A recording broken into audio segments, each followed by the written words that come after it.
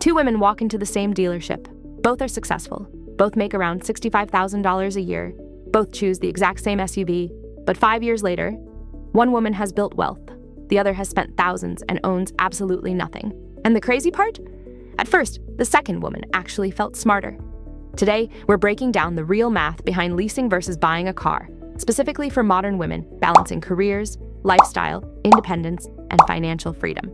And by the end of this video, you'll know exactly which option makes sense for you. Let us meet Sarah and Emma. Sarah, 32 years old, marketing manager, loves driving newer cars, wants lower monthly payments, chooses to lease. Emma, 33 years old, project manager, thinks long-term, wants ownership, chooses to buy. Both women choose the same vehicle, 2026 Toyota RAV4 Hybrid. Vehicle price, $36,000. Sarah chooses a 36-month lease. Her deal looks like this. Down payment, $2,500. Monthly payment, $399. Lease term, 36 months, over 3 years. Monthly payments total, 399 times 36 equals $14,364. Add the down payment, $14,364 plus $2,500 equals $16,864. So after 3 years, Sarah has spent $16,864, and the dealership says, "Look how affordable this is." And honestly, it feels affordable. Low payment, brand new SUV, warranty coverage, newest technology, beautiful interior, zero repair stress. And psychologically, this is why leasing feels so attractive. Because most people don't buy cars based on total cost. They buy based on monthly affordability, lifestyle comfort, stress reduction, and leasing wins hard in those categories. Emma buys the exact same vehicle. She finances it with 10% down payment, 6% interest rate, 60-month loan. So first, down payment, 36,000 times 0.10 equals 3,600. Loan amount, 36,000 minus 3,600 equals 32,400. Monthly payment becomes approximately $626 per month. Immediately, Emma feels poor because compared to Sarah pays $399. Emma pays $626. Difference, 626 minus 399 equals 227. Emma pays $227 more every single month. That's gym memberships, skincare budgets, vacations, shopping money, investment money. So emotionally, leasing feels smarter. But now comes the real math, the first big difference. Upfront cash. Sarah, down payment, $2,500. Emma, down payment, $3,600. Difference, 3,600 minus 2,500 equals 1,100. So immediately, Sarah keeps an extra $1,100 in her bank account. And every month after that, she also saves another $227 compared to Emma. Now here's the important question. What if Sarah invests the difference instead of spending it? Let's assume Sarah is financially disciplined.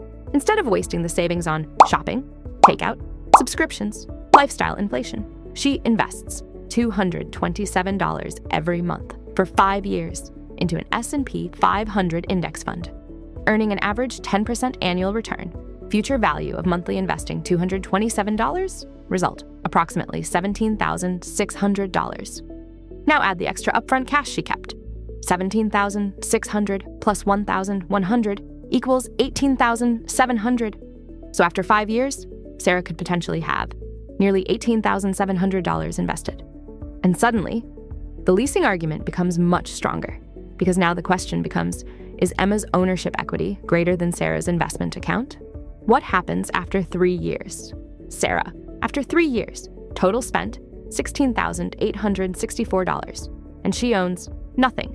The SUV goes back to the dealership, and what usually happens next?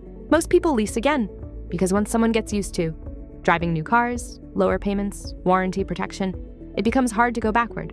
So Sarah starts another lease, another $2,500 down, $399 monthly payment.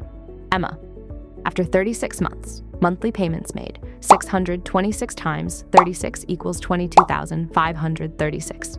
Add the down payment, 22,536 plus 3,600 equals 26,136. Yes, Emma spent much more. But she has equity. After 3 years, loan balance might be around $14,000. SUV value might still be around $24,000. So her ownership equity becomes 24,000 minus 14,000 equals 10,000. Emma has roughly $10,000 in equity. That changes everything because Sarah's money is gone forever. Emma's money partially converted into an asset. Now let's compare them after 5 years. Emma finishes paying off the SUV, total paid 626 times 60, plus 3,600 equals 41,160. SUV value after 5 years, around $14,000. So Emma's effective ownership cost becomes 41,160 minus 14,000 equals 27,160. But now, she owns the vehicle outright. And this is the important part. From year 6 onward, Emma has no car payment. That's powerful. Sarah continues leasing.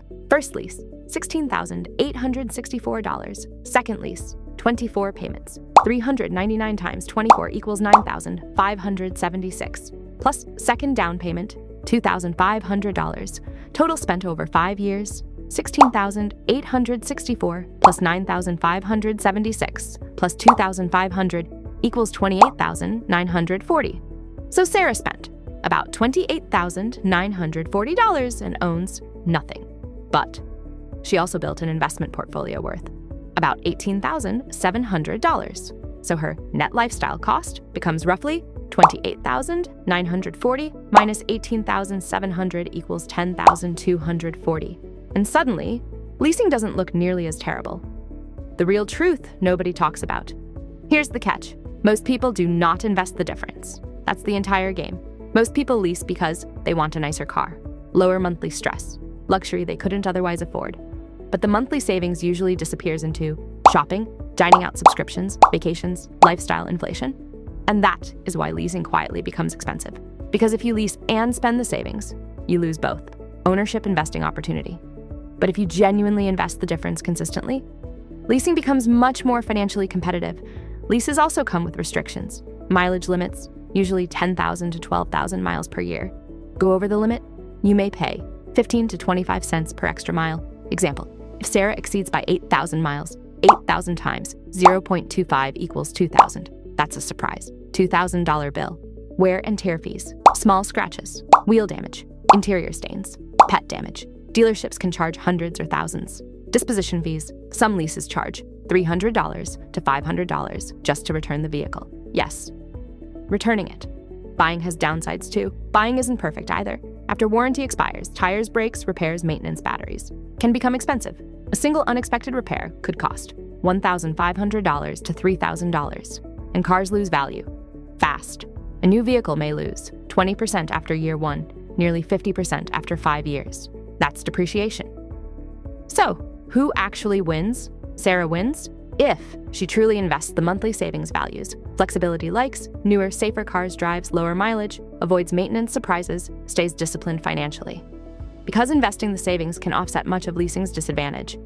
Emma wins if she keeps the SUV many years after payoff, avoids constant upgrades, drives payment-free for years. This is where buying becomes incredibly powerful financially. Years 6, 7, 8, and 9.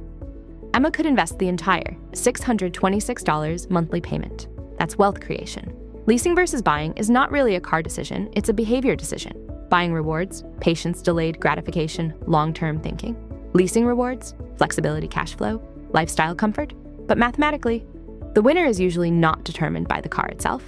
It's determined by what happens to the monthly difference. Because if you spend the savings, then buying usually wins. If you invest the savings intelligently, then leasing becomes much more competitive. And that is the real math behind leasing versus buying a car. Are you a drive it into the ground girl or a new car every 3 years girl? Be honest in the comments, the math doesn't judge. Subscribe to DigiPhoton for more math-heavy deep dives into the finance of smart women of this digital era.